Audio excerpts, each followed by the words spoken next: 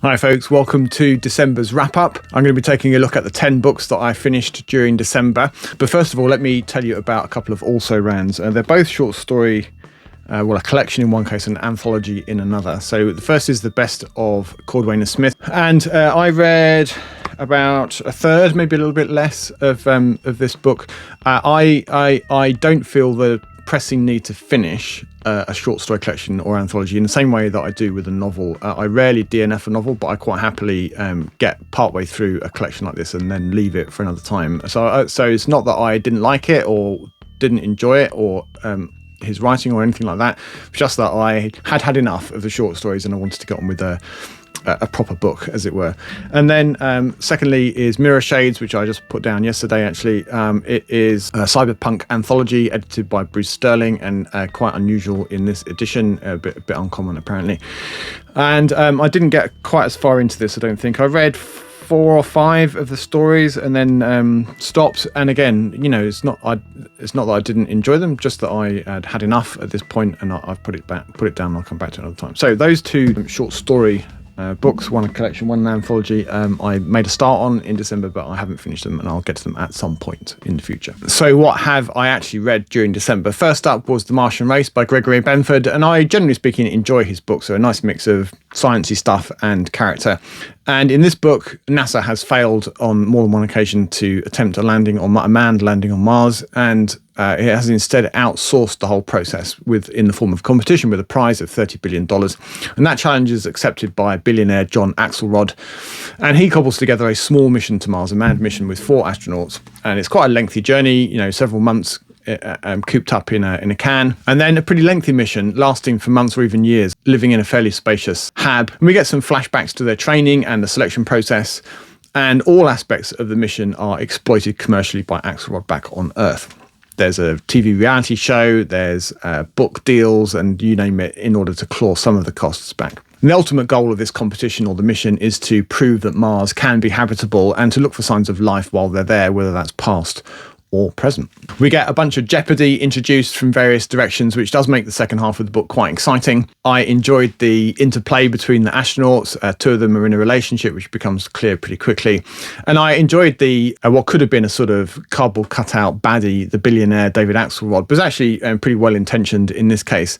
And although he makes some decisions that the crew on Mars don't agree with, generally speaking, he's positive influence on the whole thing. And there is a scientific discovery below the surface of Mars, and I'll leave that to your imagination. There is a sequel, The Sunborn, apparently, which follows the continuing adventures of 2 of the crew who are left on Mars at the end of the mission. Overall, I enjoyed it pretty well. I give The Martian Race 7 out of 10. It is a planetary pleasure.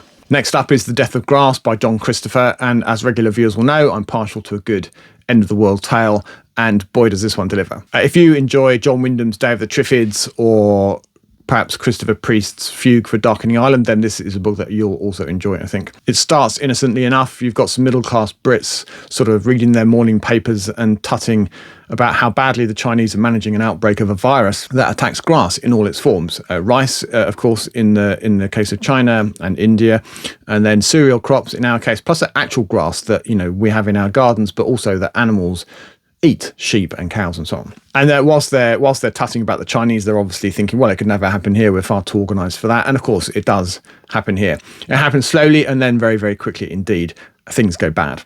In The Death of Grass, we follow a small group of friends and their hangers-on as they attempt to get the hell out of London before it gets shut down. They're ultimately heading for Cumbria in the northwest of England. It's probably 300 miles maybe, to the farm of the brother of one of the main group of characters. This little group select a leader. He's a pretty ordinary civil engineer, nothing special, not particularly leadership material, but his role becomes critical as the book progresses. In this world where so much of our food chain is dependent on grass of one kind or another, supplies of food are limited. We've given away our stockpiles of food as a country, as have many others in the Western world, to China to save the starving millions in China, and we've left ourselves in pretty parlous state as a result. So supplies of food are limited, people are desperate, and desperate people do desperate things. And The Death of Grass is really a study of how quickly the norms of society vanish when it's a basic matter of survival. I enjoyed the initial sense of complacency, then approaching doom, and then a desperate dash across the country. The government of the day changes hands pretty fast, and there are frighteningly realistic, desperate measures in play from which our group have to try to escape. It's a slender book, a couple of hundred pages, and it's briskly told. I thought it was very well written and pretty alarming. I read it in a mild state of panic. I blew through it in under a day and had a blast while I was reading it. And this is an end of the world classic. And if you like an end of the world tale, as I do, and you haven't yet read it, then it's definitely one for you to get hold of. I give The Death of Grass 9 out of 10. It's a galactic gem. And actually, it was one of my favourite books of 2024. Next up was a short story anthology, this one dedicated to the memory of Eric Brown, who's a British science fiction author that died a year or so ago. And overall, whilst short stories don't float my boat in the same way that novels do, I found this to be overall a pretty good set of stories. They're all recently commissioned, I think, especially for this collection or anthology. And I was quite happy to mow through them, and I made it through, pretty fast within a couple of days, I think. There are about 15 stories in here in total, and 3 or 4 of them stand out as I recall. One of them is by Justina Robson, who's the author of Natural History, a novel that I enjoyed recently, and her story in here is called The Place of Mice, and that follows a cop from Yorkshire who's moved from England to back country Pennsylvania, and she's gone from being a cop to being a cop, and she has a secret that has followed her across the Atlantic. There's an Alistair Reynolds story in here, the Skurlock Compendium, which I really enjoyed, and it's a little bit akin to the Stephen King short story The Jaunt. There are 2 scientists, they invent a teleportation device, or that's what they think they've invented, and I like the way that Reynolds twists things, and he adds a dose of something extra to the simple moving of things from one end of the lab to another. There's another story called The Neglected Bookshop by Philip Vime, and it's a tale of revenge wreaked upon an obsessive book collector by his disgruntled adult children. He has, after all, spent their inheritance on books. I can't imagine why that resonated with me. So I enjoyed it. I give To the Stars and Back 7 out of 10. It's a planetary pleasure. Next up, 2 for the price of 1, is Infinity Gate and Echo of Worlds by M.R. Carey, who's the author of The Girl with All the Gifts, amongst other things. The Pandemonium is an empire effectively spanning hundreds, thousands even of Earths. And on each of these Earths, evolution has taken its course until one species becomes top dog, literally so in the case of the Canid worlds. There are people, or selves as they're referred to in the books, descended from all manner of creatures, from cats, from dogs, from moles, bears, reptiles, rabbits, and yes, good old-fashioned apes like us. Each of these civilizations at some point in their development has discovered the ability to move from one Earth to another. Many of those worlds have then joined the Pandemonium, but there remain many Earths that have not, and those are known colloquially within the Pandemonium as sinkhole worlds or unclaimed. We're introduced to one scientist on one of these sinkhole Earths like ours, but subtly different, as she develops the STEP technology with the help of her university AI. Her attempts at stepping and exploring are noticed, though, by the Pandemonium, triggering a sequence of events that form the basis of the story. This scientist is based at a university campus in a version of Lagos, Nigeria, and there are other characters in the books based in other towns and cities in the same location as Lagos. Some are recognisably African humans, Homo sapiens, and some of them are most definitely not. The Pandemonium is at war with the machine hegemony, a similarly huge empire peopled entirely by sentient machines or constructs, and they, between the 2 of them, are bent on a path to mutual destruction. As is often the case, it's up to a small band of characters to save the day, preventing trillions of deaths. I really enjoyed these books, and you do need to read both of them to get the full story. I liked the African setting. It was refreshing to have characters that weren't American or British by default without it ever feeling gratuitous or forced or politically correct for the sake of it. And I enjoyed spotting the differences between the worlds, especially when they were minor. Arnold Schwarzenegger becomes Alois Schwarzenegger in one, for example, and in another, the Rolling Stones have the same back catalogue of songs but a different name. I liked the crew of main characters. Professor Hadiz Tumblewall is great. She's smart, independent, and very possibly the last person alive on her version of Earth. Essien Nkanika is also an ape-based human like us, and he's a rogue, a street kid who does what he needs to do to survive. And then Topaz Tourmaline Fivehills is a self in a world where rabbits became the dominant and ultimately sentient species. A strange set of circumstances brings these 3, along with some others, together to, well, save the multiverse. I like them all. I rooted for them. I like the interplay between the characters, and the multiverse concept was fun and a little bit mind-blowing. I like these books. They're more overtly science fiction-y than The Girl with All the Gifts and its sequel, and I really enjoyed it. I give both of them 8 out of 10. They were a stellar splendour. The next book that I read was Boneshaker by Cherie, and this was a little bit disappointing. I had big expectations. It's steampunk and there are zombies, and it's set in the 1800s. I mean, what's not to like? It's a pretty good combination, and unfortunately it doesn't quite stick the landing. The titular Boneshaker is a big tunnelling device which is commissioned by the Russians, who are looking to mine gold in Alaska, which I think in this point in the story they still own. An inventor tests it under Seattle, and in the process of doing so releases a trapped gas, the blight. And if you breathe too much of the blight, then it turns you into an undead, a zombie, the Walking Dead. And the threat from the blight and from the undead is such that a wall is built to keep the blight and the undead in, and perhaps anyone that might still be alive in the city of Seattle. This is a steampunk version of Seattle, subtly different to ours, and dirigibles are the main form of transport in this world. The protagonists are a mother, Briar, and her son, Ezekiel, or Zeke. She's the wife of the inventor who unleashed the blight, but also the daughter of a well-regarded folk hero. The boy Zeke is restless and he wants to know more about his father and their old home in Seattle, and he resolves to enter the city and explore, setting in motion a chain of events, of adventures. Like I say, it was a little bit disappointing. It's fairly routine, it's maybe even a bit young adult in tone and rather predictable. Despite all of that, there are still things to like. The steampunk Seattle was interesting, and I thought that Cherie did some interesting things. For example, the compulsory steampunk leather goggles have a distinct purpose. They're required to shield the eyes from the blight, but they're also polarised to make the blight visible. I enjoyed the grungy netherworld that the denizens of Seattle have built to protect themselves from the blight and from the undead. But on the whole, I thought it was pretty predictable. I never really felt like anyone was in real peril, any of the main characters anyway. And I think on the whole, I'm not in a rush to read the follow-on books, and I think there's at least 2 of those. I give Boneshaker 6 out of 10. It's a nebulous narrative.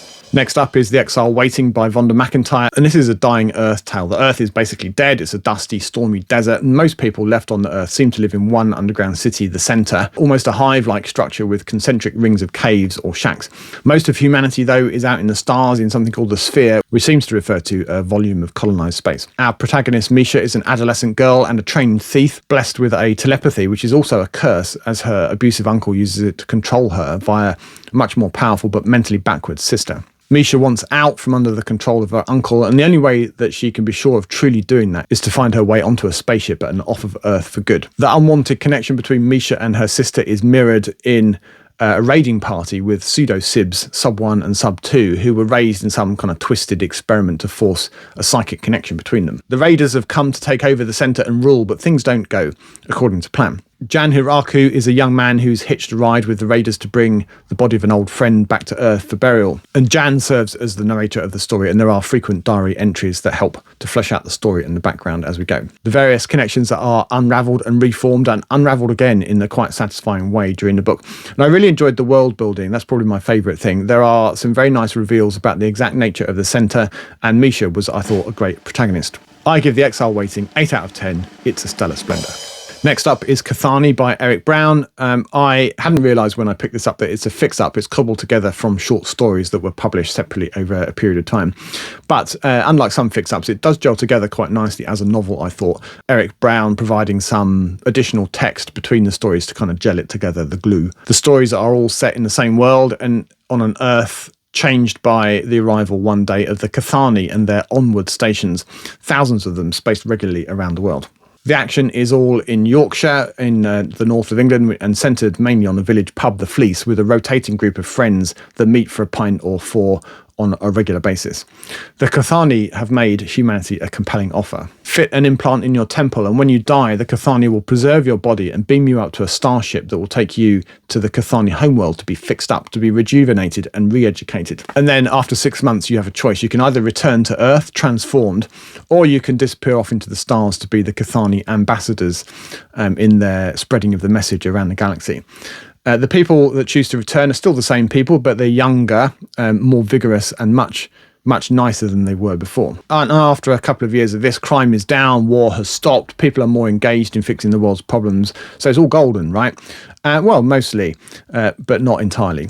Each of the stories, the vignettes in Kethani tell of a scenario involving this transformation and the ethical and family issues that it presents. Each one is told from the perspective of one of the pub regulars. For example, what happens if your child is dying but one parent is opposed to the implants on religious grounds?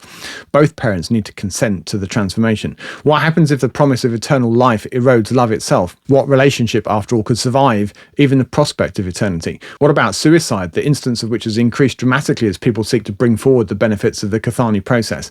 Is life on Earth still a value? Is it worth striving for in the usual way? Who or what are the Kathani and what do they want? Why are they intervening in our affairs? I really enjoyed the clash, or rather the gentle mingling, of everyday village life with the alien. I enjoyed the matter-of-fact Yorkshire folk getting on with their lives in this new reality.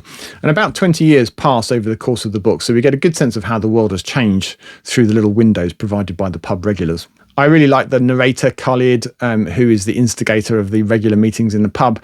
And I enjoyed the fact that quite a lot of beer is drunk during these stories. I really enjoyed Kathani as my first Eric Brown read, and I'm really looking forward to reading more. I give it 8 out of 10. It's a stellar splendour.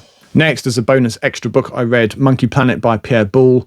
And this is the book that inspired the original movie, Planet of the Apes. And I was intrigued to know to what degree the original movie mirrored or aped, no pun intended, the story in Monkey Planet. And the answer is that it did, to a very large extent. At this stage, I'm not going to be too careful with avoiding spoilers. Surely you all know the story of Planet of the Apes. Some humans are off in a spaceship and they're landing on an Earth-like planet, which they believe to be orbiting the star Betelgeuse. And as they come down from orbit, they can see evidence of towns and other signs of civilization as they come down, but they land in the middle of nowhere to give them a chance to get organised. But they immediately meet some humans. But these humans are behaving strangely. They're all butt naked and they're all behaving like animals. They're not speaking, they're shoving food into their mouths and they're fighting. And this is all a bit discombobulating for our astronauts. But they're curious enough for one of the party to make a connection with one of the rather attractive, of course, female human animals. And then the next day, all hell breaks loose as they appear to be hunted by what turns out to be monkeys on horses with guns.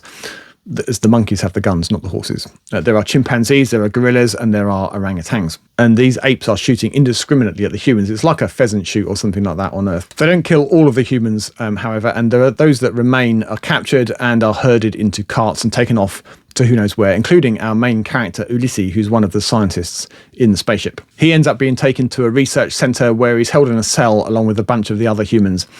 And the monkeys there express amazement when he starts to try to talk to them, to try to convince them that he shouldn't be in a experiment like the rest. And obviously they can't understand him and they think he's just making nonsense animal noises to start with, but he proves himself to be intelligent over time and they have to try to deal with that. The story progresses from there, and the same relationship that you see in the movie between Ulysses and the two chimpanzee scientists progresses, and there are further revelations about the evolution and the history of the ape society on this planet. There isn't quite the same gut punch reveal at the end that there is in the original movie with the scene on the beach, but there is something similar. In fact, a couple of similar things happen in this book, which achieve a similar effect. It's a brief novel, it's about 170 pages, and I got through it pretty fast. It's a fun book and it holds up at least as well as the original movie. It was entertaining stuff. I give Monkey Planet by Pierre Boulle 7 out of 10. It's a planetary pleasure.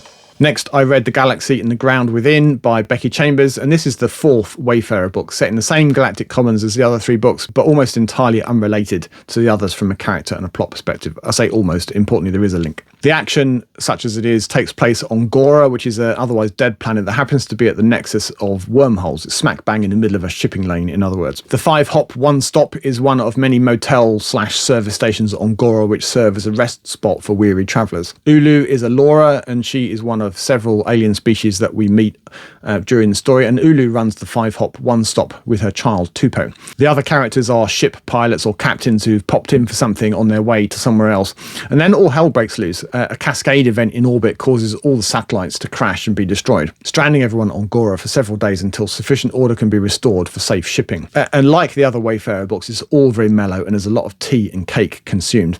There are tensions though. One of the stranded is an Akarak whose ancestors had a traumatic time at the hands of the ancestors of another of the stranded, Aquelin. This whole book then is really an opportunity for us and for the group to examine their differences and their similarities, their conflicts and their personal challenges. I enjoyed this one a little bit more than A Record of a Spaceborne Few, less than A Closed and Common Orbit, and probably about the same amount as the first book, The Long Way to a Small Angry Planet. Yes, it's nice, even a little bit cheesy, and God forbid what some of you might refer to as woke, but not so as it batters you over the head with it. I'm pleased to have read this one, completing the series, and I give The Galaxy and the Ground Within 7 out of 10. It's a planetary pleasure.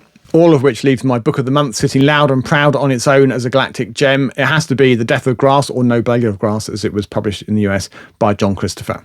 As always, thank you very much for watching, and until next time, goodbye for now.